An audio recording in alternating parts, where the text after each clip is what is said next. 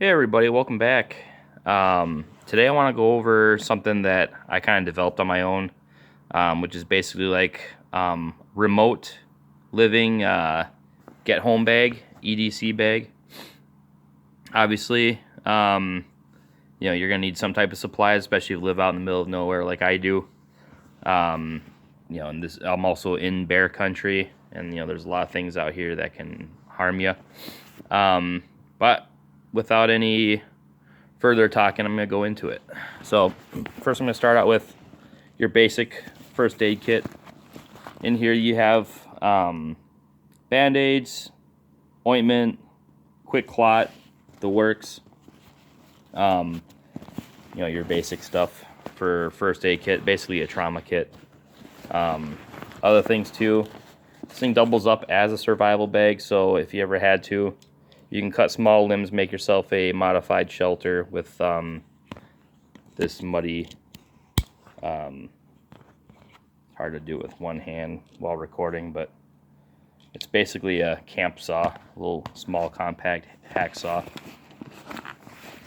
In here you also have stormproof matches, flashlight,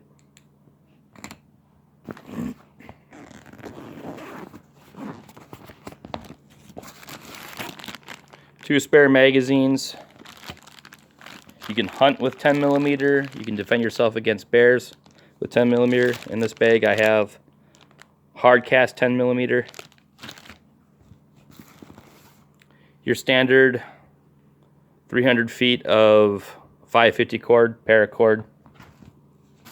That pocket's empty.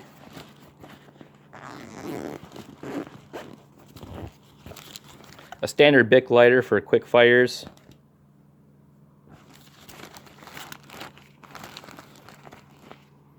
A headlamp for hands-free illumination. Spare battery for that headlamp. And there's also spare battery for the flashlight itself. You also have hand warmers.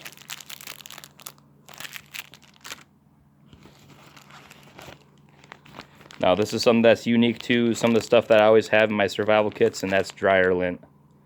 This stuff will start on a fire with very little effort. And then you just put that below any type of tinder and kindling, and then therefore you have a fire with very little effort.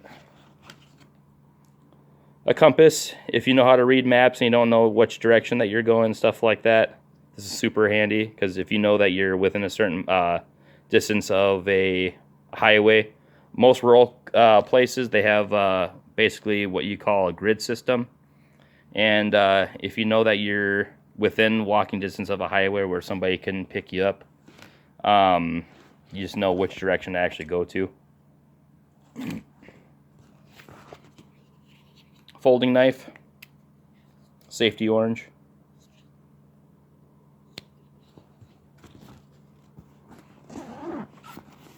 Main compartment here.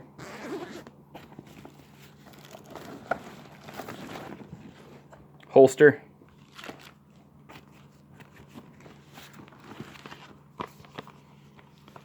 Filtration straw. These things are amazing. You find any type of puddle, it could be low with microbes, and this would actually save your life because you'll still have readily available drinking water. Mylar blankets. These can also double up as shelter, as well as reflect your heat if you happen to be wet.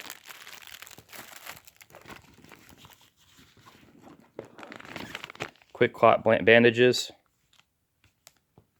Don't use these unless you absolutely have to. They can be horrible.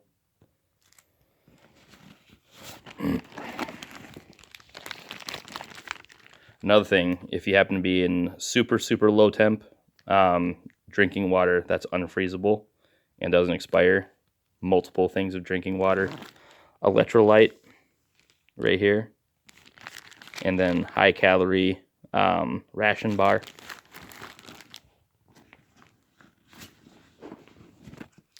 A fixed blade knife, because sometimes folding knives bend. It's nice to have a camp knife, as well as one that fits in your pocket like the folding knife.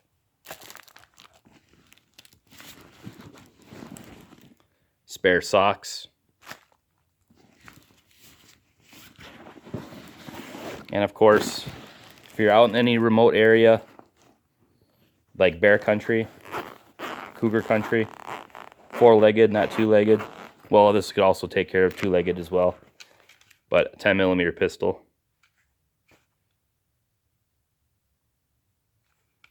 Yeah, super important.